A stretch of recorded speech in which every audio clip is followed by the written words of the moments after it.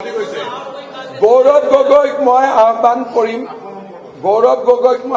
কৰিম যে আপোনাৰ পাকিস্তান আৰু ব্ৰিটেইনত থকা প্ৰপাৰ্টি লিষ্টখন আপুনি দিয়ক।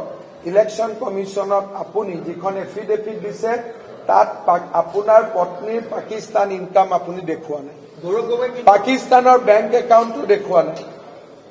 আৰু এই যোৱা পৰহি দিনাখন পাকিস্তান টেলিভিশ্যনত ডিবেট হৈছে আৰু পাকিস্তান টেলিভিশ্যনে কৈ আছে যে নহয় গৌৰৱ গগৈ আমাৰ NGO হিচাপে আহিছিল।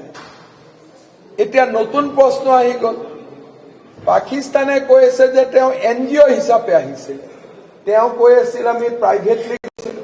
গগৈ ডাঙৰীয়াই সকলোৰে বিপক্ষে ইমান দিনে ক'লে। মই আজি স্পষ্ট অভিযোগ দিছো, তেওঁৰ পাকিস্তানতো সম্পত্তি আছে, ব্ৰিটিছ লণ্ডনতো সম্পত্তি আছে আৰু আমেৰিকাতো সম্পত্তি থকা বুলি অখিল গগৈয়ে কৈ থৈছে। আমেৰিকাতো মোৰ এলিগেশ্যন নহয়, সেইটো অখিল গগৈৰ এলিগেশ্যন। মোৰ ক্লিয়াৰ এলিগেশ্যন হৈছে যে ইলেকশ্যন কমিশ্যনক দিয়া আপোনাৰ এফিডেভিটত পাকিস্তানৰ ট্ৰেনজেকশ্যন আপুনি দিব লাগে।